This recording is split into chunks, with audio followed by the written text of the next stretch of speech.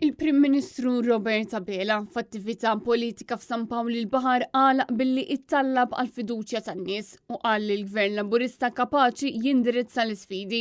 Mela hemmhekk għandi bżonnkom biex terġgħu tisilfun il-fiduċja tagħkom biex flimkien nibqgħu il-moviment riformista, il-moviment illi jifhem l-isfidi tal-poplu tagħna, il-moviment li jaf kif għandu jindirizza l-isfidi. Dan meta Robert Abela mod jagħmel assolutament xejn biex jindirizza l-kriżi li jinsab fiha l-Gvern mingħajr deputat Prim Ministru.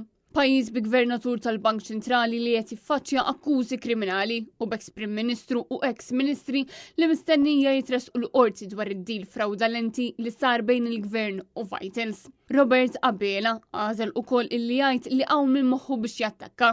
Dan meta jum wara jum qed jidher aktar fiċ-ċar kif Robert Abela huwa l-persuna li kontinwament qed tattakka lill-ġudikatura u lill-ġurnalisti.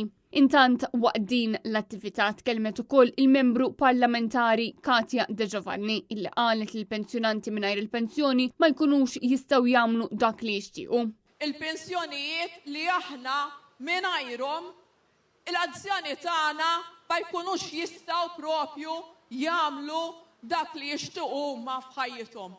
De Giovanni qalet dan fid-dawn tal-fatt li ftit ta' xurilu l-Ministru Michael Falzon ma tax garanzija li fi żmien 20 jew 30 sena oħra se jkollna l-pensjoni. Eżatt wara dan id-diskors tkellem il-Ministru Falzon innifsu li minflok ta' garanzija ta' pensjonijiet għażel li jgdeb dwar Gvern Nazzjonalista tal-passat, meta fil-verità kien Gvern Nazzjonalista li ta' pensjoni sħiħa biż-żieda tal-kola. Waqt din l-attività tkellem ukoll il-kandidat għall-elezzjonijiet tal-Parlament Ewropew Jesmond Bonello li kompla bir-retorika tal-establishment. Kemm l-establishment kif ukoll il-Partit Nazzjonalista qed jaħdem sabiex bil-mezzi kollha possibbli jagħmel ħsara lil Malta u l dan il-moviment. Bonello kompla b'diskors dominat mill-firda u l-gideb fuq l-MPs tal-Partit Nazzjonalista fosthom David Casa. Dan fl-istess attività li fiha wieħed mill-mistiedna spiċċa jgħid li d-direttiva tal-parental leave kienet waħda mill-aktar affarijiet li għenet lilu u lil martu wara li twildet it-tifla tiegħu. Direttiva li daħlet bis-saħħa ta' David Casa u li l-Gvern ħallas sal-aħħar minuta possibbli